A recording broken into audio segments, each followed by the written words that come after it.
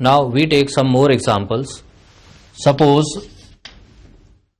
एक बॉडी ऐसे incline plane पे है और यहां सरफेस हॉरिजॉन्टल हो जाता है।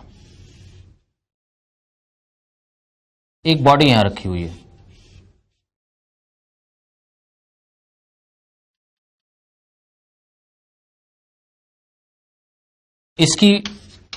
इसका मास गिवन है 2 kg, ये 4 kg, ये एंगल सपोज 37 डिग्रीज है and we take it to be 5 kg। Mu आपको गिवन है 0.5। You to find A and T, acceleration and tension. तो फर्स्ट ऑफ ऑल ये म्यू हमें गिवन है और ये मेंशन नहीं है कि ये स्टैटिक फ्रिक्शन का कोफिशिएंट है या काइनेटिक का, क्योंकि यहां दोनों में डाउटफुल है, स्टैटिक है बॉडी रेस्ट पे या मूविंग है, तो हम इसे दोनों को कॉमन वैल्यू मान लेते हैं। दैट मीन्स म्यू एस और म्यू के इक्वल है।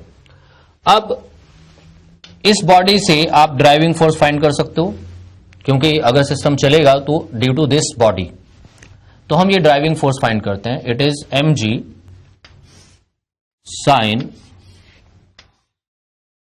37, 5g sine 37 and this surface is smooth. तो इसकी value 5g into sine 37 is 3/5, it is 3g। और जो ये बॉडी इधर रखी हुई है,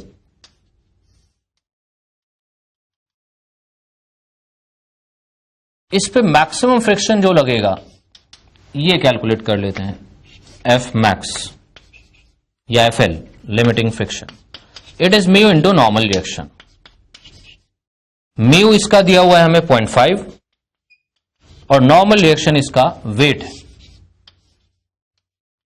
वेट इज 2g, तो we put it 2g, it is g।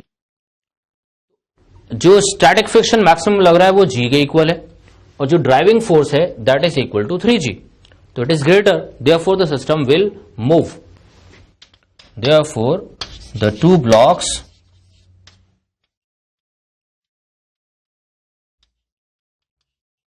will move। It means के हर बार वही चीज आ रही है कि पहले हम ड्राइविंग फोर्स और लिमिटिंग फ्रिक्शन देख लेते हैं।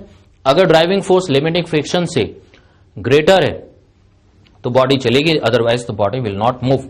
और जब ये मूव कर रही है तो अब इसमें इक्वेशंस आप लगा सकते हो। Net force is equal to ma।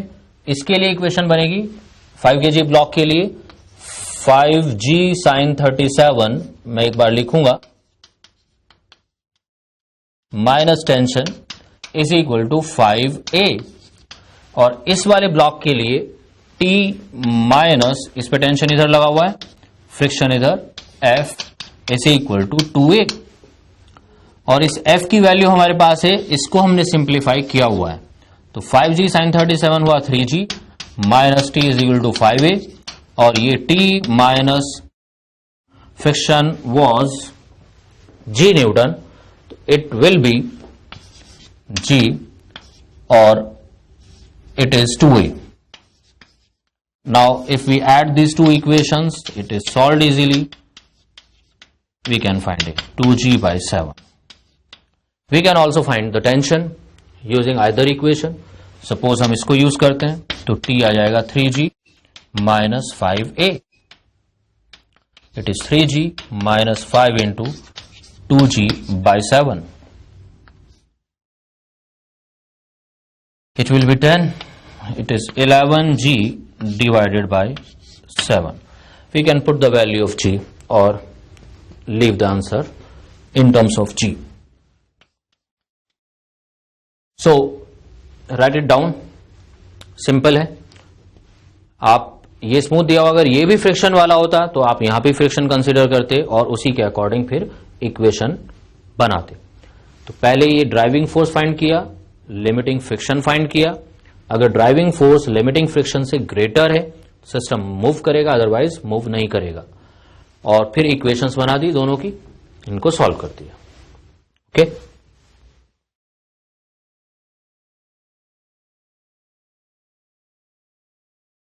कुछ और एग्जांपल्स लेते हैं। एक ये बड़े अच्छे टाइप के क्वेश्चंस हैं। दो ब्लॉक्स रखे हुए हैं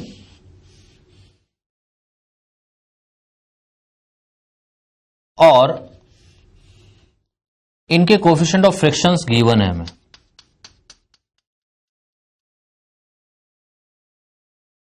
बाहर से एक फोर्स लगाया है F। सपोज इसका मास है 10 kg, इसका मास 5 kg। ये कोएफिशिएंट ऑफ फ्रिक्शन सपोज 0.4 है और इसका कोएफिशिएंट ऑफ फ्रिक्शन 0.5 है और ये फोर्स गिवन है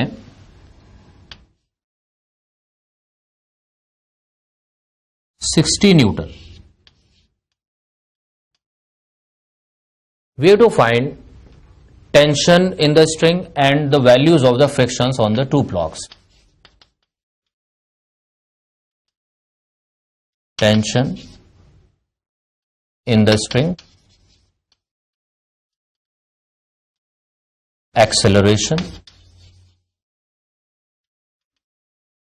of the blocks, and values of the frictional forces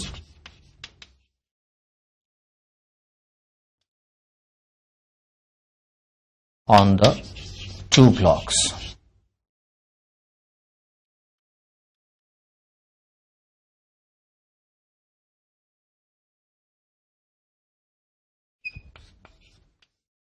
ऐसे केसेस में अगेन आपको म्यू दिया हुआ है और ये कंडीशन कुछ नहीं पता लग रही कि मूव कर रहे हैं या रेस्ट पे हैं, तो आप ये म्यू एस और म्यू के दोनों को सेम एज्यूम करोगे और इनके आप पहले फ्रिक्शन पता कर लो, इन बॉडीज पे कितना मैक्सिमम फ्रिक्शन लगेगा।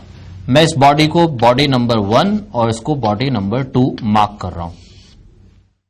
तो फॉर बॉडी 1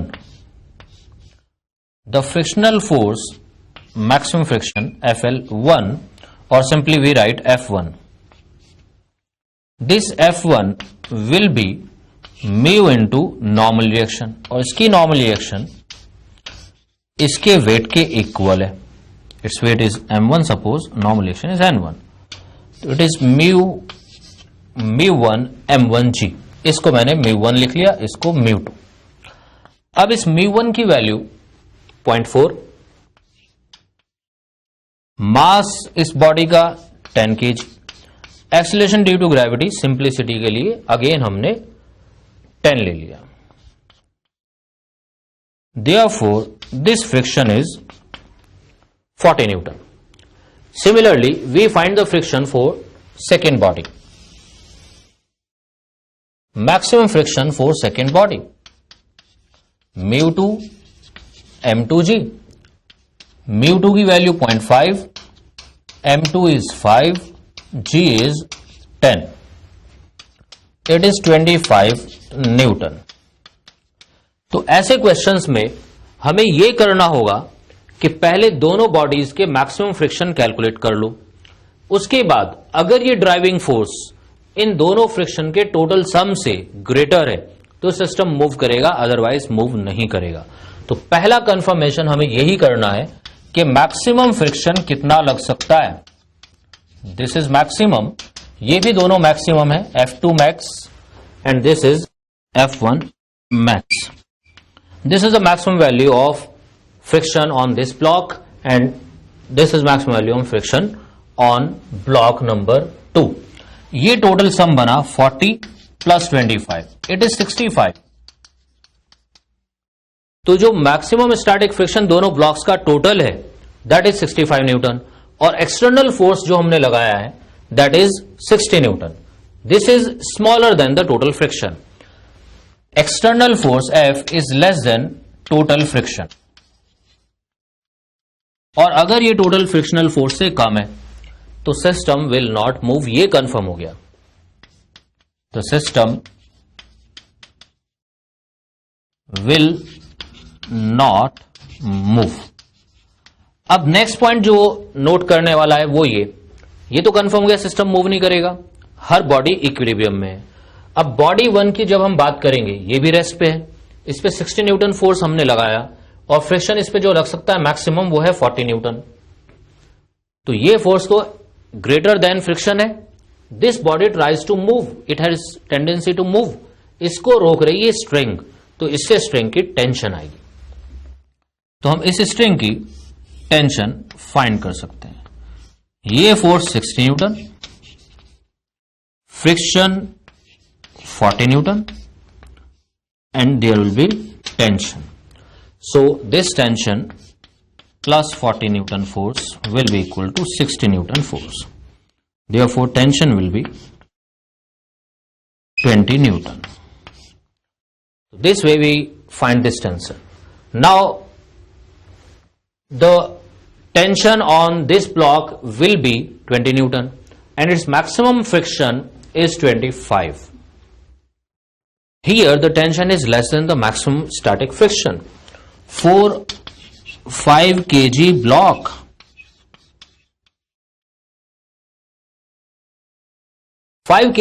के लिए टेंशन ग्रेटर देन फ्रिक्शन है। टेंशन तो हुई 20 Newton, sorry tension is smaller than friction and friction is 25 Newton.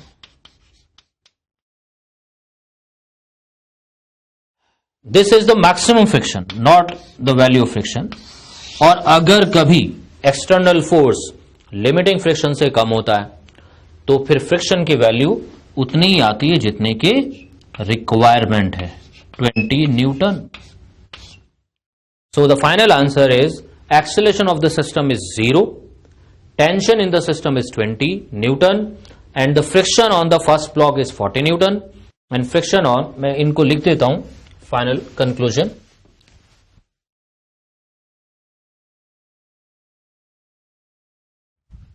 Acceleration of the system 0, tension in the string 20 Newton. और पहले ब्लॉक पे जो फ्रिक्शन है दैट इज मैक्सिमम 40 न्यूटन और दूसरे ब्लॉक का जो फ्रिक्शन आया that is 20 Newton. It is not maximum, not maximum. हम कुछ और वेरिएशन करके देखते हैं इसमें। सपोज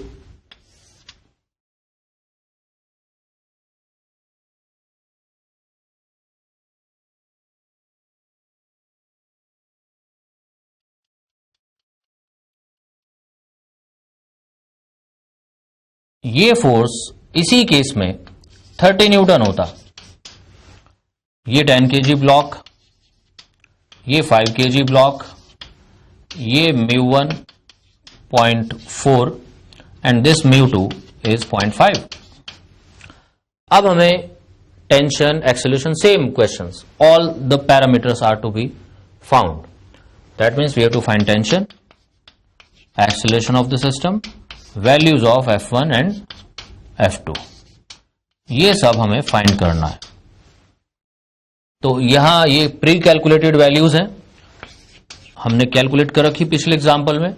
F1 की जो मैक्सिमम वैल्यू है FL1 लिख दी, अब की बार मैंने इसको, लिमिटिंग फ्रिक्शन फर्स्ट ब्लॉक पे, it was 40 Newton. FL2 it was 25 Newton and in this case this force is less than the limiting friction on this block. 30 Newton is less than 40 Newton. Actually ये जो external force है, this is F and this is FL1. External force limiting friction से कम है, ये body को चला ही नहीं पाएगा, और जब ये बॉडी की टेंडेंसी ही नहीं है मूव करने की, तो स्ट्रिंग में टेंशन जीरो आएगा. तो in this case tension in the string will be zero. ये टोटल फोर्स से तो कम है ही, it is less than the first force also. पहले वाले फ्रिक्शन से भी कम है, और जब ये पहले वाले फ्रिक्शन से भी कम है तो पहली बॉडी ही नहीं चल नहीं पाएगी, और जब ये पहली बॉडी नहीं चल पाएगी तो स्ट्रिंग में टेंशन हो जाएगी zero. Therefore, tension in the string is zero, acceleration of the system is zero, and what about the values of the frictions? इसमें फ्रिक्शन कितना होगा? 30 न्यूटन फोर्स बाहर से लगा है, मैक्सिमम फ्रिक्शन लगता है इस पे 40. तो F1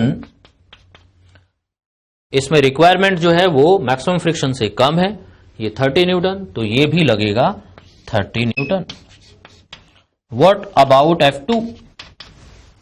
क्योंकि स्ट्रिंग में टेंशन 0 है, इस ब्लॉक को ड्राइव करने वाला कोई फोर्स नहीं है, therefore there is no requirement of friction, therefore the frictional force on second block will be 0। अगर एक और वेरिएशन कर दें हम इस एग्जांपल में,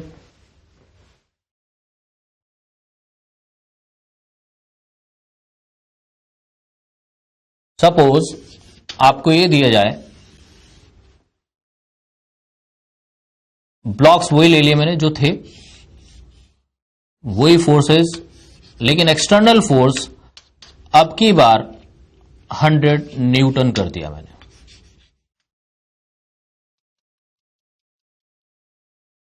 सब कुछ वैसे ही है। FL1 40 Newton,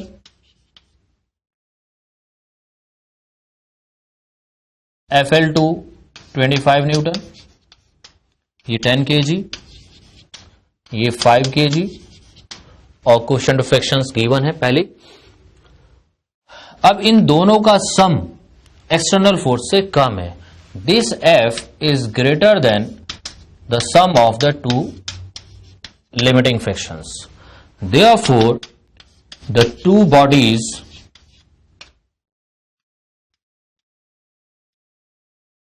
will move now. और जब ये बॉडीज मूव करेंगी तो अब आप इनमें इक्वेशन अलग अलग लगा सकते हैं और एक साथ भी लगा सकते हैं, क्योंकि ये दोनों बॉडीज एक साथ मूव कर रही हैं। We can consider them as single body. तो अगर इन दोनों को एक सिंगल बॉडी मान लिया जाए, इस पे 100 न्यूटन फोर्स लगा है और इन पे दो फ्रिक्शन लगे हैं बैकवर्ड डायरेक्शन में, उनका सम हुआ 65 न्यूटन, बाकी नॉर्मल रिएक्शन और वेट से। तो हॉरिजॉन्टल डायरेक्शन में नेट फोर्स हुआ 100 minus 65 and it will be equal to total mass into acceleration, and total mass is 15 kg. It is 35, 15A. We can find A. 35 by 15. 7 by 3 meter per second square. Also we can find the tension. And here it is confirmed that the two frictions on the bodies will be as such. That means पहली body पे friction 40 Newton लगेगा, दूसरी पे लगेगा 25 Newton. अब tension find करनी तो आप किसी एक को कंसीडर कर लो। सपोज इसको हम कंसीडर कर लेते हैं, इस पे फ्रिक्शन 25 न्यूटन लगा हुआ है। T माइनस इस ब्लॉक के लिए T minus 25 equal to mass into acceleration, its mass is m into a, और a की वैल्यू है 7/3।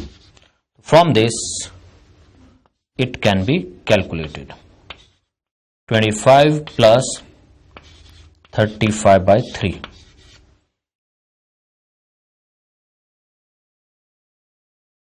110 by 3 Newton. So this was the variation in the question. और इस केस में क्योंकि टोटल फ्रिक्शन से ग्रेटर ये फोर्स है, इसलिए सिस्टम मूव कर रहा है। तो इस तरह के क्वेश्चंस में आपको क्या करना होगा, अप्रोच क्या हुई, सबसे पहले आप दोनों बॉडीज के टोटल फ्रिक्शन कैलकुलेट करेंगे, यानी मैक्सिमम फ्रिक्शन, लिमिटिंग फ्रिक्शन, उनका सम अगर एक्सटर्नल फोर्स से ग्रेटर आता है तो external force can not move these bodies and the system will be at rest, और उसके बाद फिर अप्रोच बनती है, उसके अकॉर्डिंग आपको डील करना होगा। एक और मैं एग्जांपल इसका लूंगा। इसी के सिमिलर एक और एग्जाम्पल हम ले लेते हैं। सपोज दो बॉडीज एक हॉरिजॉन्टल सरफेस पे रखी हुई हैं, उनमें से एक वॉल को टच कर रही है, दूसरी इसके कांटेक्ट में है,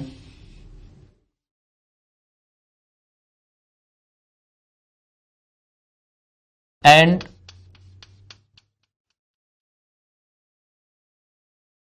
frictional forces are acting on the two bodies and there is an external force applied on one body.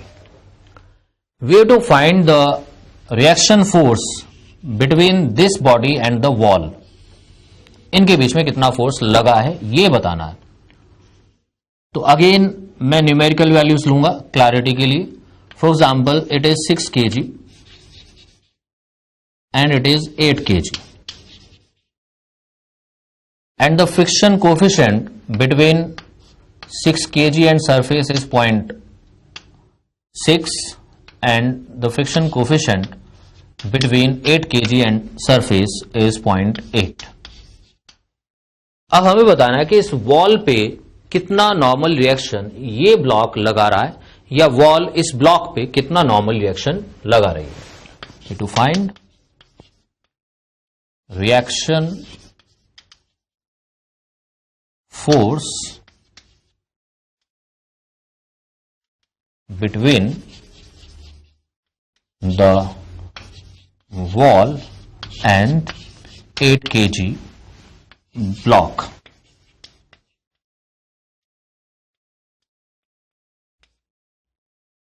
इसमें भी कुछ सिमिलर सी अप्रोच है जैसे अभी हमने क्वेश्चंस डिस्कस किए हैं. हम पहले ये चेक कर लें. फॉर एग्जांपल ये फोर्स की वैल्यू भी हमें दी हुई है and this value is suppose 80 Newton. Again इसमें भी वेरिएशन किया जा सकता है फोर्स बड़ा छोटा करके. पहले हम दोनों के फ्रिक्शन कैलकुलेट कर लें. मैक्सिमम फ्रिक्शन इस ब्लॉक का जो लिमिटिंग फ्रिक्शन होगा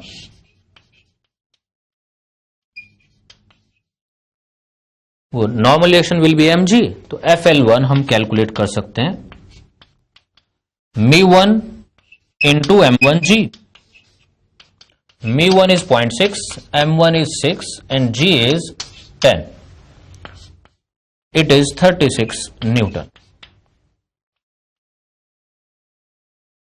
इस ब्लॉक का फ्रिक्शन कैलकुलेट करते हैं.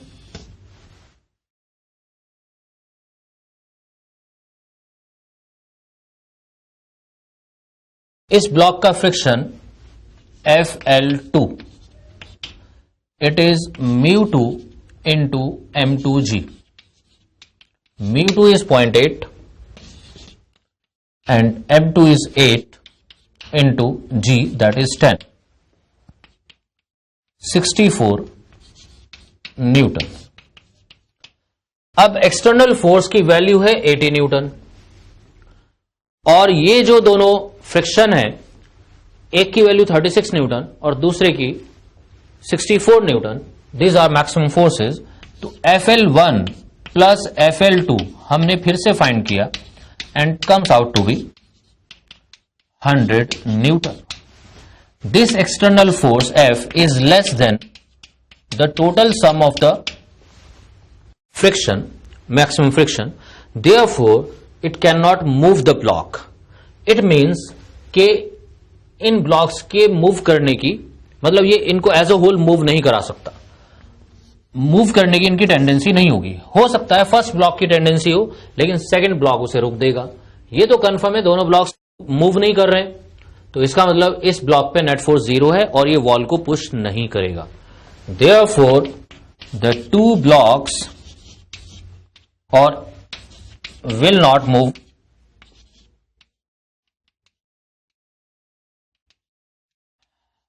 दैट मीन्स अगर वॉल नहीं होती, आप ऐसे सोचो कि वॉल नहीं है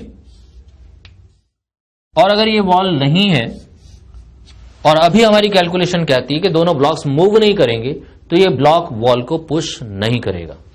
therefore 8 kg block will not push the wall. Therefore, normal reaction between them is 0.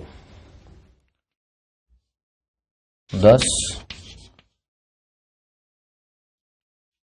reaction force